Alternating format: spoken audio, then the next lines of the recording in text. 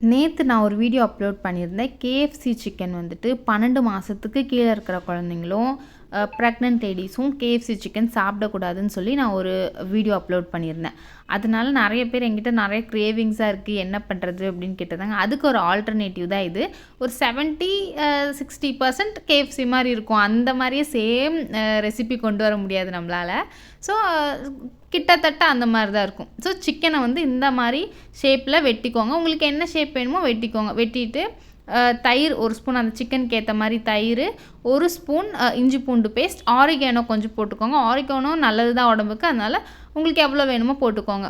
Soya sauce ஒரு 1/2 spoon போட்டுக்கோங்க. Vinegar ஒரு 1/2 ஸ்பூன் போட்டு மிளகாப்பொடி, காஷ்மீர் மிளகாப்பொடி போட்டுக்கோங்க. அதுதான் பெஸ்ட்டு. நிறைய காரமும் இருக்காது, நல்லா கலரும் கொடுக்கும். அப்புறம் கரம் மசாலா கொஞ்சமாக, அப்புறம் உப்பு கொஞ்சமாக போட்டு நல்லா மிக்ஸ் பண்ணி எடுத்துக்கோங்க. மிக்ஸ் பண்ணிவிட்டு ஒரு 3 ஹார்ஸ் நல்லா அது ஊறணும். அப்போ தான் நமக்கு அந்த டேஸ்ட்டு, அந்த ஸ்ட்ரக்சர்லாம் கிடைக்கும், நல்லா ஜூஸியாக அதெல்லாம் கிடைக்கும். ஸோ அதனால் ஒரு 3 ஹார்ஸ் நல்லா ஊற வச்சுட்டு, மைதா மாவு 5 ஸ்பூனுன்னா 2 ஸ்பூன் கார்ன்ஃப்ளவர் போட்டுட்டு, மிளகாப்பொடி, உப்பு, கொஞ்சம் ஆரிகானோ உங்களுக்கு வேணும்னா போட்டுக்கோங்க. நான் போடல, ஏன்னா அதுலேயே நான் நிறைய போட்டேன்.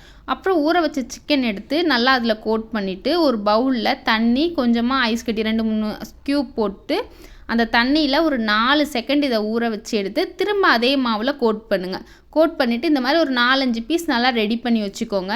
எண்ணெயை அடுப்பில் வச்சுட்டு நல்லா ஹை ஃப்ளேமில் இருக்கும் போது இந்த சிக்கனை அந்த எண்ணெயில் போடுங்க. 4-5 பீஸ் போட்டுட்டு அடுத்த பேட்ச்க்கு நீங்கள் ரெடி பண்ண ஆரம்பிச்சுக்கோங்க. அடுப்பை வந்து சிம்மில் வச்சுட்டு ரெடி பண்ணிவிட்டு இந்த மாதிரி சாதாரணமாக சில்லி பொரிக்கிற மாதிரி பொரிச்சு எடுங்க. நீங்கள் நல்லா கோட் பண்ணிவிட்டு அது எண்ணெயில் போடும்போதே உங்களுக்கு அந்த ஸ்ட்ரக்சர் தெரியும். பொரிக்கிறது அவ்வளோ கஷ்டம் இல்லை.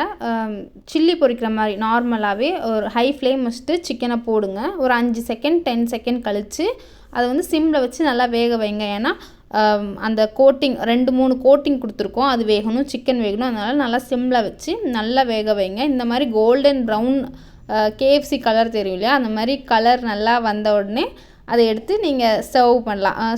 டொமேட்டோ சாஸ் வச்சு சாப்பிட்டா நல்லாயிருக்கும். கண்டிப்பாக ட்ரை பண்ணி பார்த்துட்டு எனக்கு கமெண்ட் பண்ணுங்கள். திரும்பவும் சொல்கிறேன், ப்ரெக்னென்ட் லேடிஸ் கேஎஃப்சி சிக்கன் சாப்பிடாதீங்க.